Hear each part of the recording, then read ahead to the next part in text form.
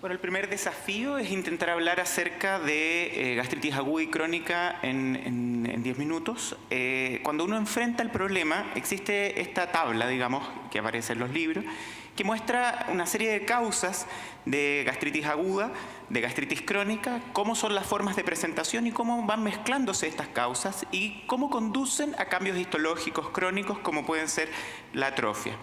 Para limpiar un poquitito este gráfico, sabemos que el 90% de las gastritis crónicas son secundarias a la infección por Helicobacter pylori y a gastritis autoinmune, y la mayoría de las gastritis agudas son secundarias a antiinflamatorios no esteroidales y también a la presencia de Helicobacter pylori. Hay datos, por ejemplo, en Japón, el 50% de las personas mayores de 50 años de 60 años tienen gastritis crónica, y en los pacientes con artritis reumatoidea que están en tratamiento con aspirina, el 25% puede desarrollar gastritis aguda. O sea, estas son enfermedades muy prevalentes en la población y que tienen causas que son bastante comunes. El primer concepto para fijar es que la histología permite establecer el diagnóstico preciso. El diagnóstico de gastritis aguda crónica es un diagnóstico histológico, y lo que vamos a revisar ahora es cómo podemos aproximarnos de una manera no tan invasiva al diagnóstico de gastritis aguda y crónica y qué podemos hacer con nuestros pacientes.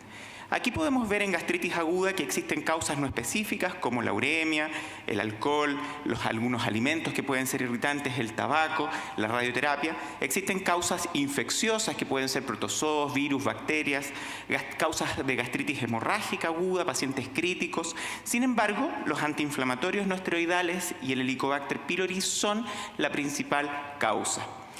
Las manifestaciones clínicas pueden ir desde dolor epigástrico, anorexia, náuseas, vómitos, hasta un 10% de los pacientes con hemorragia digestiva alta tienen como causa la gastritis aguda.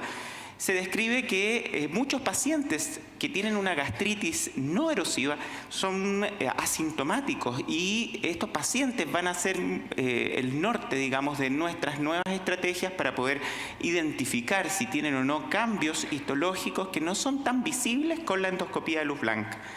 Parece razonable entonces a todos los pacientes que se hagan una endoscopía ir a buscar dirigidamente el Helicobacter pylori. Cuando ocupamos endoscopías con luz blanca, nosotros podemos ver cambios superficiales en la mucosa que nos permiten decir que el paciente tiene una gastropatía aguda, que probablemente en la histología nos va a mostrar cambios inflamatorios, eritema, petequias, erosiones, úlceras, pero estos pacientes que tienen infección por Helicobacter pylori, que tienen cambios superficiales que no son tan visibles con la endoscopía de luz blanca, requerimos estrategias que ocupan tecnología como magnificación y cromoendoscopía para ir a buscar un patrón mucoso y un patrón muscular típico que nos permite establecer que estos cambios, esta inflamación se está gatillando en estos pacientes. Es así como nosotros podemos ver en estos dos dibujos, estos dos esquemas, cómo la presencia, qué es lo que podemos identificar en un estómago a nivel del cuerpo como normal. El patrón mucoso en panal de abeja, con vasos submucosos presentes, con vasos colectores también presentes, que es lo normal, lo que nosotros debiésemos ver con magnificación y cromoendoscopía, y que se va alterando en la medida que la infección por Helicobacter pylori va produciendo inflamación en el estómago. En el antro nosotros podemos ver fosetas que son más largas, con vasos submucosos subepiteliales que son en forma en espiral. La confirmación siempre, como lo vimos, es por histología. Lo que vamos a ver es un edema de la lámina propia con congestión vascular, neutrófilos dispersos, pérdida del epitelio superficial, puede haber infiltrado inflamatorio agudo en grado variable con un exudado fibrino purulento en el lumen. O sea, todos esos cambios podemos verlos en la histología, pero es importante tratar de llegar al diagnóstico con métodos menos invasivos, como puede ser la endoscopía, pero que requiere el uso de técnicas más modernas. La gastritis crónica, cuando uno revisa la literatura, existe una clasificación que se repite mucho, que es la tipo A, tipo B y tipo C. La A es la trófica, que es la gastritis autoinmune básicamente, y la tipo B es la superficial producida por Helicobacter pylori. En el 85% de las gastritis agudas tipo B son por Helicobacter pylori. Existen otras, como la gastritis química, que también forman parte de las causas de gastritis crónica. Ahora, lo importante es saber cuáles de estas gastritis van a llevar a la atrofia y cuáles no. La atrofia es una lesión preneoplásica junto con la metaplasia, que debe ser el norte de nuestra endoscopía. Nosotros debemos buscar la presencia de estas lesiones básicamente para prevenir el cáncer gástrico en un país como el nuestro, en que tiene una alta prevalencia.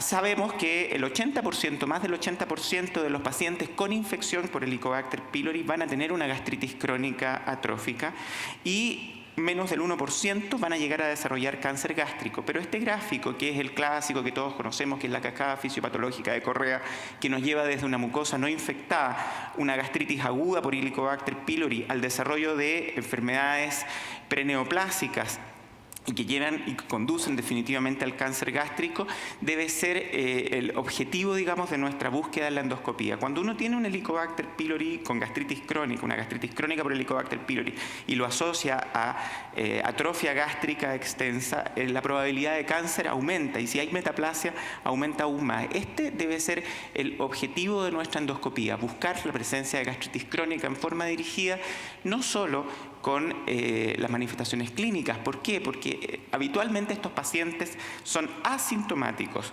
Por lo tanto, en algunos países se propone el screening poblacional, que es una estrategia de alto costo que probablemente en Chile no vamos a poder implementar, pero debiésemos con la endoscopía intentar aproximarnos a la presencia de estos elementos endoscópicos básicamente que nos orientan hacia una gastritis crónica. La endoscopía, existe una recomendación en la revista latinoamericana de gastroenterología de qué es lo que uno debiese ir a buscar en un paciente con magnificación y cromoendoscopía en una endoscopía. Cuando uno ve un patrón B0 de Yagi, nosotros vemos un estómago, esto se mide a nivel supraangular sobre la curvatura mayor, vemos un estómago normal, donde se ven vasos colectores y un patrón en panal de abeja. El B1 es una inflamación en donde ya hay un edema de la mucosa, en donde uno pierde los vasos colectores y las fosetas se ponen cerradas o abiertas. Después la inflamación va progresando y aparecen surcos y el patrón circular se va perdiendo hasta que el patrón circular se alarga y ya se empieza a distorsionar la arquitectura de la mucosa normal. Aparece el A1, que es un patrón velloso, una antralización ya del cuerpo gástrico, que refleja en el fondo una progresión de la inflamación. Y estas alteraciones no son fácilmente visibles con endoscopía con luz blanca y deben ser buscadas en forma dirigida con magnificación y cromoendoscopía. Nosotros podemos llegar a una etapa ya avanzada en donde hay pérdida del patrón mucoso definitivamente, el patrón superficial está ausente y se recuperan los vasos colectores, vuelven a aparecer porque la mucosa ya está prácticamente sin presencia de tejido mucoso, digamos. Esta diapositiva tiene por objeto mostrar que gran parte de la información que nosotros tenemos acerca de cómo hacer detección de lesiones preneoplásicas, de gastritis crónica atrófica, de atrofia, de metaplasia intestinal, es información que deriva de estudios orientales. Pero esta es una publicación en un libro de referencia de gastroenterología en Estados Unidos, que es del 2016, en donde ya se hace un comentario acerca de buscar en forma dirigida a través de biopsias por protocolo de Sidney la presencia de cambios preneoplásicos, de atrofia, de metaplasia, y estratificar el riesgo de desarrollar cáncer gástrico a través del score de Olga o Olguín para poder hacer detección y prevención del cáncer gástrico avanzado. Como vimos, el diagnóstico es histológico. Acá nosotros podemos ver inflamación por linfocitos, aparición de folículos linfoides, células plasmáticas. Puede haber eosinófilos y neutrófilos cuando el patólogo nos informa gastritis crónica activa. Puede haber cambios reactivos epiteliales en núcleos y nucleolos prominentes, pero lo que tenemos que evitar es esto, que aparezca atrofia y que aparezca metaplasia, que es lo que nos va a conducir en definitiva al cáncer gástrico. Como mensajes para la casa, la gastritis aguda es visible con luz blanca cuando es erosiva. El Helicobacter pylori produce gastritis, cambios inflamatorios histológicos que no son fácilmente visibles con luz blanca. Es recomendable ir a buscarlo siempre. Si el Helicobacter pylori está, inflamación probablemente está produciendo. La gastritis crónica es importante cuando produce atrofia. El 85% de las gastritis crónicas son por Helicobacter pylori y en el 80% van a producir atrofia. El Helicobacter pylori debe ser un norte en nuestra detección en la endoscopía. Las atrofias llevan al cáncer gástrico. La gastritis aguda, acrónica, atrofia, metaplasia pueden ser visibles con la endoscopía.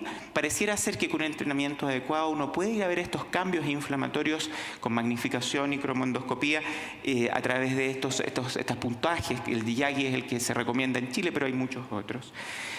Lo que pareciera ser ir a la segura a través de las biopsias por Sidney y Holguín para ir a identificar si es que estos cambios crónicos están presentes, si hay atrofia, si hay metaplasia y poder avanzar en la pesquisa y detección precoz del cáncer gástrico en Chile. La deuda en nuestro país sigue siendo reducir el cáncer gástrico. Gracias.